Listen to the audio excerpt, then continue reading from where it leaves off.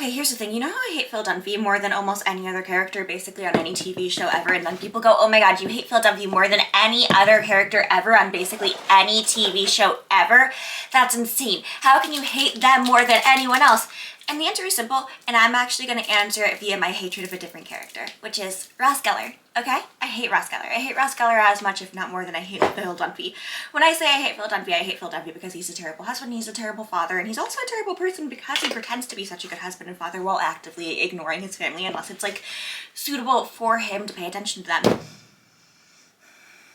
Ross Geller is worse. Okay, so here's the thing. Ross Geller was written to be the ideal dream 90s dream guy, okay? He's in touch with his emotions. He cares about women. He was the nerd, but now he's the well-to-do guy. He's very mature. He had a relationship before that would have lasted if his wife didn't turn out to be a lesbian, which really can't be blamed on him at all, which is probably why they had it start out that way, other than to be progressive for the 90s. That all being said, I hate Ross Geller for so many reasons, and one is that he's a terrible sibling to his sister, okay? There are a lot of reasons that I will actually defend Ross Geller, which will come up in this video and people will bring them up, and then I will be forced to defend Ross Geller. Like, if you bring up the lesbians and if you bring up his mistreatment of Susan, I will defend Ross Geller, because if Susan were a guy named Stanley, no one would be mad at Ross Geller for the way that he treats Stanley, okay? That all being said, Ross's treatment of his sister Monica is something that is so annoying and so irritating and so despicable, because Ross was raised in a household of a boy mom. The Geller's mother is a terrible, heinous, evil woman who hates, I think her name is Janet, Janet, their mother. Look, it's a rose. It's a rose for my roses. Monica Geller's mom hates her. She hates her. And we see that it's a generational hatred that goes through, like, decades, because Monica's mother hates her, and Monica's mother's mother hated her. Like, was hard on her, was awful on her, like, made her feel bad about everything in the same way that Monica is made to feel bad about everything. But that being said, what we do know is that Ross didn't mind that hatred of Monica. He, in fact, thought it was just a normal thing in the family. Ross was the golden child, Monica was the scapegoat, and Ross used that scapegoat at any given point in time, which, when he was a teenager and when he was a child, I can find forgivable, okay? When he was a kid, I will forgive him because he was a kid. He was not seeing it in the same light. What I can't forgive is him continuously doing this as an adult. What I can't forgive is him continuously letting their parents treat Monica that way and getting upset with her when they start treating her well every now and then, like giving her the Porsche because they destroyed every single childhood keepsake that she ever had, and Ross just gets mad that she gets the Porsche. That type of thing, can't forget. The fact that instead of ever wanting to get in trouble, he would blame anyone. He would get the paperboy fired. He would get Chandler in trouble. He would let his parents hate Chandler for the rest of his life, without Chandler ever knowing if it could have suited him. But Monica had to force onto Ross the fact that he had to do the right thing being admitting in college that he smoked pot once when they caught him. That right thing, because he would rather make up a giant story to, like, have the blame passed on, because he wants to continue being the golden child. He wants to continue being the good boy, the good kid, the favorite, and Ross will do anything to continue being the favorite. Now, that's not even my most top tier reason for hating Ross Geller. That's just the one that starts the baseline of every other level of hatred that someone can have for Ross, because him being that golden child who could do no wrong, the boy in the boy mom household, makes sense for everything else that Ross does, because Ross thinks when he has a woman in his life that he deserves that woman. Now, this has nothing to do with Carol. We're not bringing Carol into this. That is a completely different scenario. If Ross and Carol had actually worked out as a couple, as a relationship, I do not think that Ross would have become the way that he was by the show's end, okay? Truly don't. It's literally referenced in the show that Carol did a number on him, the way that she left him and the way that she left him in the dirt, because Ross had no access to his son unless it was, like, at his wife's whim. She basically would rather have had her new spouse, her new partner, be that kid's caretaker than have Ross be in the kid's life at all. She made it seem more like Ross was a sperm donor than the actual father of that child. And that drives me insane for so many reasons. Don't bring up the fact that, oh, well, Ross is such a terrible person. Maybe Carol knew. Carol didn't know. No one knew, because Ross became actively more aggressively terrible as the show went on because of Carol and Susan's mistreatment of Ross. Okay? Okay? We're gonna put them into a corner now. We're putting them into a corner. Here's the corner. We're gonna keep going. Let's discuss the fact that Ross thinks that he genuinely deserves Rachel for the fact that he waited for her for so long.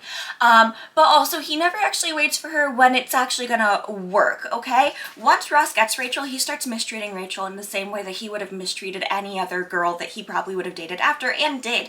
We see Ross chase after these girls, want these girls, like put these girls on pedestals, and then start treating these girls like, oh, you're a normal human being.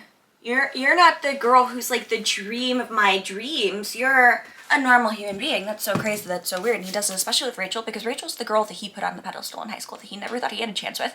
And then as an adult, he got the chance. He got the chance, and he messed it up at every way, like at every turn, because he would get mad at her for being a little different than him. He would get mad at her for thinking that fashion is important. Oh my god, don't even get me started on the fashion of it all. I will be putting so much stuff.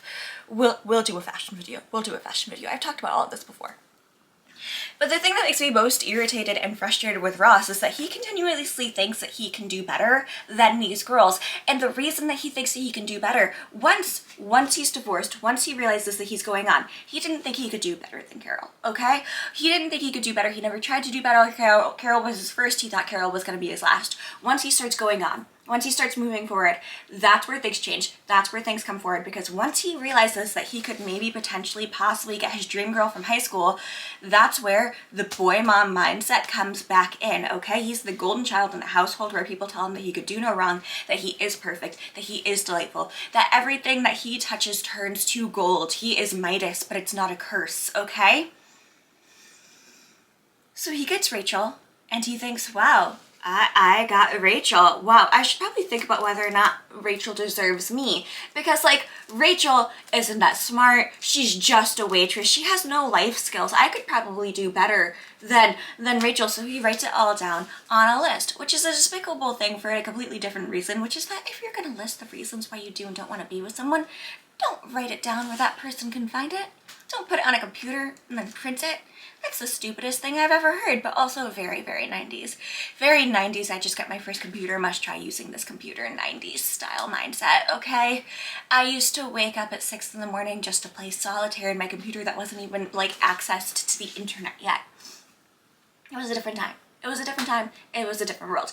But that being said, it's still gross because it's all written down. Rachel had the right to feel betrayed because he's writing down all these things where he's actively writing down every reason that he doesn't actually like Rachel as a human being. And then he gets mad at her for wanting him to admit fault. And Ross's inability to admit fault as the show goes on is also a continuous issue with the boy mom problem.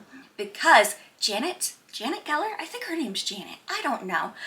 Monica Geller and Ross Geller's mother treated Ross like God. She told him he could do no wrong. The only person that could do wrong in the house was Monica. She told him that he was perfect. The only person in the house who wasn't perfect was Monica. She told him that everyone was lesser than him, especially Monica, with her eating disorder and all of this, okay?